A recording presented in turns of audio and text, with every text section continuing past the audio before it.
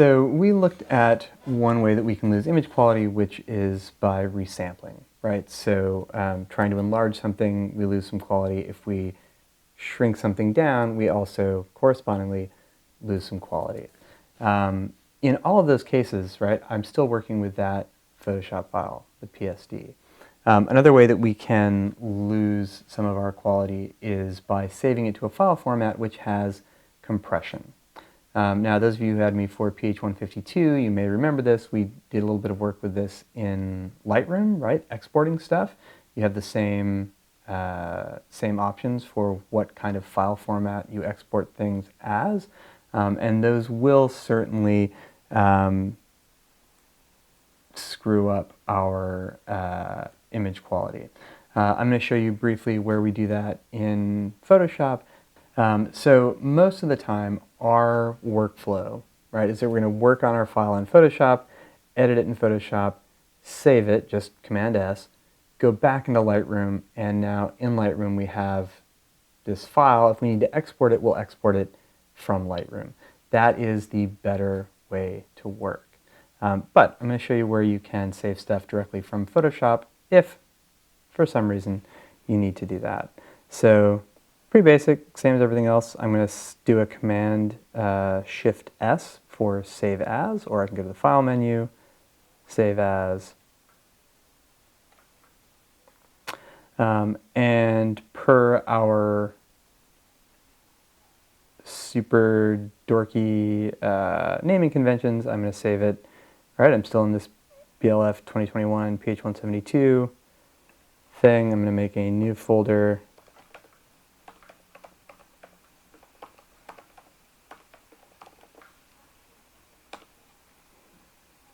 That is called Edit, and I'm going to go ahead and save stuff in there. So I'm going to try that first, just my straight PSD. I'm going to go Command-Shift-S again to do a Save As. And I'm going to go down here to Format, and I'm going to select a different format. I'm going to select a JPEG. So JPEG, right, if we're thinking about why we choose one format over another, and again, this should be a review from Lightroom stuff, JPEG is great because you can give that to your grandmother, you can put that on the interwebs, very universal file format, easily accessible to lots of people, lots of devices, even old stuff, new stuff, phones, whatever. So JPEG, we do that, we select our format right here, whole bunch of random shit that no one has ever heard of. I mean, someone has, obviously, but like if format? Fuck is that? Targa? Anyway, JPEG, beautiful. It automatically gives us the correct file extension there, which is great. Down here, color, it says embed color profile. That's super important. We want to make sure that we always, always, always embed our color profile. That means that when another program opens it up, it will know how to interpret the colors in our file. If we don't do that, bad things are going to happen. So because I'm saving this JPEG, it would make more sense for me to save it as sRGB, right? JPEG and sRGB are both sort of the common internet things. If I save it as Adobe RGB 998, it is less likely that my web browser or whatever will notice that and correctly interpret how my color should be represented. If we save it as sRGB, most common consumer electronics expect sRGB, assume it's sRGB, and so we'll open it and treat it accordingly. If we give it to them as Adobe RGB 998, my web browser, say, won't know that, won't look and check for that, and so will represent the color inaccurately. If I have it printed at Walgreens, Walgreens will probably represent that color inaccurately. So for consumer stuff, saving it with sRGB is a better idea. I can't do that right here. I can hit cancel, go back here, edit, convert to profile, and change it to sRGB there, OK, save as, JPEG, and now we have the option to embed our new profile, which is sRGB. So if you want to change the profile, you have to do that in Photoshop before you save. So that's good. All that is right there. I'm going to go ahead and hit save. Now we get this little dialog box. You may remember this from Lightroom exporting. We have the ability to set a quality level on our JPEG. Depending on your program, so dumb. Depending on your program, what numbers it uses for this will be different. Sometimes it's 0 through 255, sometimes it's 0 through 10, sometimes it's 0 through 12. Doesn't matter what the fucking numbers are. All that matters, like 12 maximum. Like it goes up to 12, right? Like what? Doesn't matter what the numbers are. All that matters is where you are on that scale. So if it goes up to 255, 255 is going to be the highest quality. If it goes up to 12, 12 is going to be the highest quality. If it goes up to 10, guess what? 10, highest quality. So if I'm going to put this here to 12, that's awesome. Hit OK. So that's great. That's going to give me a nice high quality file. I'm going to go ahead now and do that a second time. So that was quality 12, that first one. I'm going to do it again, renaming this as quality 05, save. Quality 5, cool. You'll notice when I'm doing that, my image here in Photoshop doesn't seem to change. It won't change until I close it and reopen those JPEGs. So we still have the ability at this point to sort of save it as something better and not have lost any image quality. And lastly, I'll do it at quality 0, 0, JPEG 0. Okay. So in each of these cases, right, the number of pixels has not changed. So if I close this out and I go now to my Lightroom catalog, edit folder, and I open those 3 files. Well, before I open them, we can see something right away, which is that the sizes are radically different as far as how much space they take up on my hard drive. So keep that in mind. Right now, the quality 0 is less than a megabyte. The quality 5 is 1.5 megabytes, and the full quality is 14.1 megabytes. So a big difference in how much space they're taking up on my hard drive, or in my email, or in my web browser. So that's super important. Keep that in mind as I go ahead and open them up. You'll also see the Photoshop is 60 megs because Photoshop file is ver big. Oops, so I opened them up. They opened up by default in preview. I don't want that. That's garbage. So I'm going to take them and drag them down, not into Photoshop, the window, but onto Photoshop, the little application thing here. Now it should open them all up. There we go, perfect. Now, because you are looking at this in a YouTube video, which itself has a fair amount of compression, I'm not sure how much you're going to be able to tell the difference. When you do this yourself, you will be able to look at the files and see that there is a significant difference in the quality. But if you're looking at this now and you're like, it's not you, it's YouTube. All right, so the one that is up right now, if I go to Window, down here at the bottom, it'll show you what I'm looking at. I'm going to go to number 1, that is my full quality, and I'm going to zoom in on Hempstead.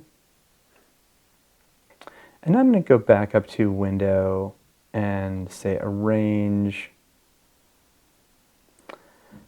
Let's say, what am I doing? Tile all vertically.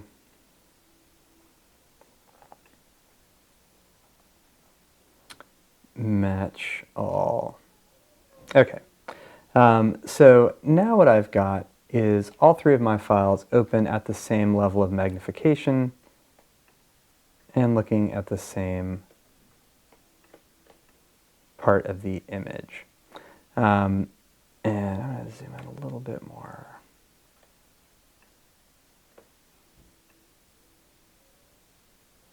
Go back again, arrange, match all. So as I look at these, I can see that there is a huge difference in the quality of the image, right? This one has these big blocky squares all over the place.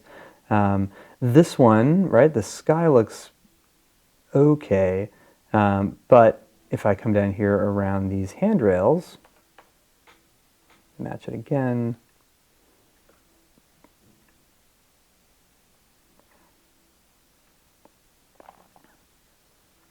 if I come down here around these handrails, I can still see that there are these weird little lines above or below them. And if I look up here, I also see some of these squares. If I come over here to the 100% quality one, I don't see any of that, right? I've zoomed way in, but it's still fairly smooth. Now, something that's important, if I go back to my 0 quality one and I go to image size, right? So again, that was Command Option I or Image Menu, Image Size. If I look here at my image size, you'll see it is 5600 pixels by 3700 pixels, right? If I go to my 100% or 100 quality image 12, whatever it is, full quality, go to image size, also 5600 pixels by 3700 pixels. I go to my quality 05 one, 5600 pixels by 3700 pixels. So what I'm seeing here, these big square things, are not pixels, right? What I'm seeing here is the result of a lot of compression that is making my file take up less space on my hard drive, even though it has the same amount of pixels. So my image quality is much, much lower, and my file size on my hard drive is much, much smaller, but same number of pixels in the overall image.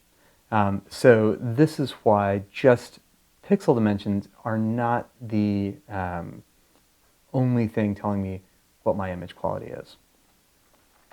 The way that this actually works is that to compress my image so far, Photoshop basically goes in and says, okay, these images, or this set of pixels, right, this like grid of like, I don't know, 10 by 10 pixels, let's say, on average, it's this color. And so instead of remembering and writing down on my hard drive each individual pixel and the color and tone for that pixel, it just remembers a big chunk, right? And if it has sort of something next to it that's different, it remembers, okay, those ones are different, right? And so it will sort of get a gradation between them. But whereas my no compression file has information for every single itty bitty pixel, my very compressed file does not. So same number of pixels, but if I were to print this, it looks like shit on a stick. If I zoom back out, though, to fit on my screen, you can tell that for something like, you know, quick Instagram post or website graphic, even the compressed ones look pretty okay. And that's why we can use compression with things that we are, say, emailing to people or, you know, sending thumbnails to a client or whatever. Don't compress them down to 0, that's never a good idea, but you can compress them to a degree, say to 5, and people will still be able to see them, understand what they are, and what they look like. They won't be able to print them, but you'll be able to send them 10 files in an email instead of filling up their inbox with just one 14 megabyte file. So that is saving stuff. That's how all of that works. Go ahead and close these guys out. You'll notice that if I go back to Lightroom, those things that I save as are not here in Lightroom, right? Just that original PSD that I round-tripped is staying there. Those things that I saved as and put in a different folder, are not part of my Lightroom workflow. This is why typically we don't do this, right? We are going to export things from Lightroom if we want to save them in a different way. All right, so that is our very brief, very cursory introduction to Photoshop, concentrating on integrating Lightroom and Photoshop and round-tripping stuff from Lightroom to Photoshop and back, maintaining your organizational structure, and looking a little bit at what you can change in Photoshop as far as basic file characteristics. You'll have all those things for assignment 1. So if you look at assignment 1, yours will be on a screen, not on a fluorescent piece of paper.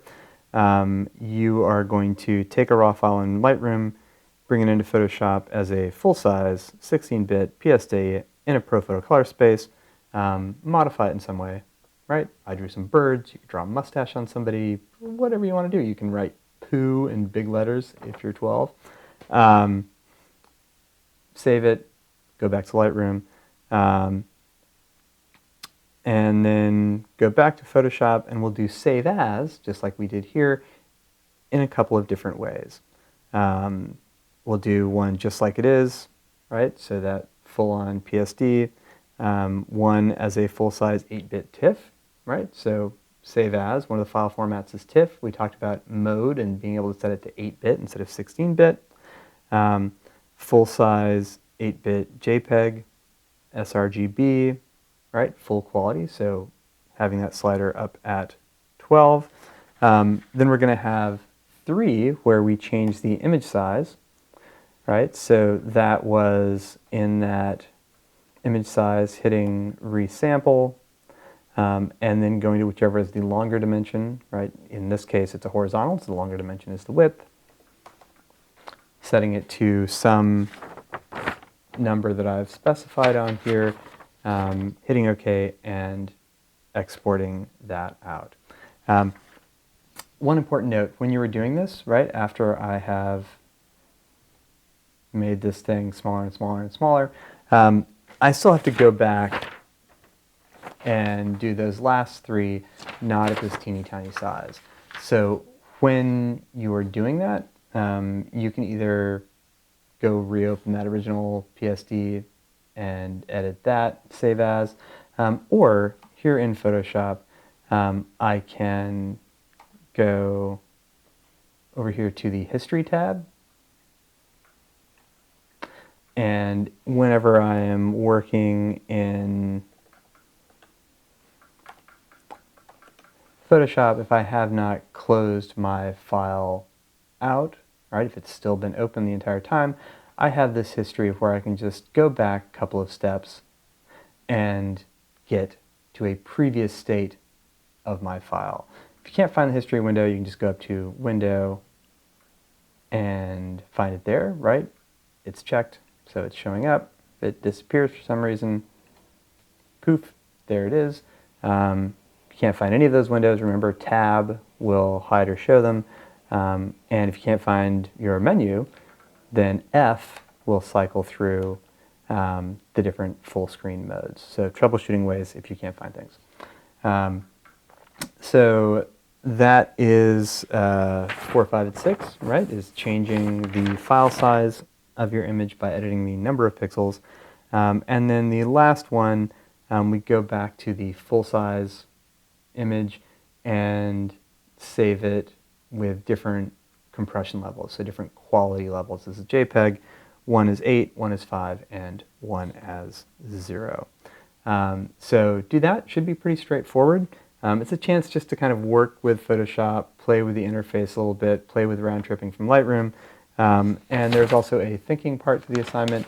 So looking at all those files, right, you've save as'd them, open them back up in Photoshop, look at 4 to 6 zoomed in at 100%, right? Remember to get to 100% zoom, we hit Command-Option-0. That will show it at full magnification. You can also go to the View menu and hit 100%. That will accomplish the same thing. I guess based on just seeing that, you could also hit Command-1 Who knew? So yeah, zooming to fit the whole screen, fit the whole thing on the screen, right? That's Command 0. So Command 0 fits it on the screen. Command Option 0 shows it at 100% magnification. So those are sort of clever things that you should probably memorize so that you know what you're doing. So go ahead, hit that. Let me know if you have any problems or questions. Specs for where to turn that file in are on the assignment description, and you can put it on Google Drive in the folder where it asks you with the name that it asked for. Okay, have fun.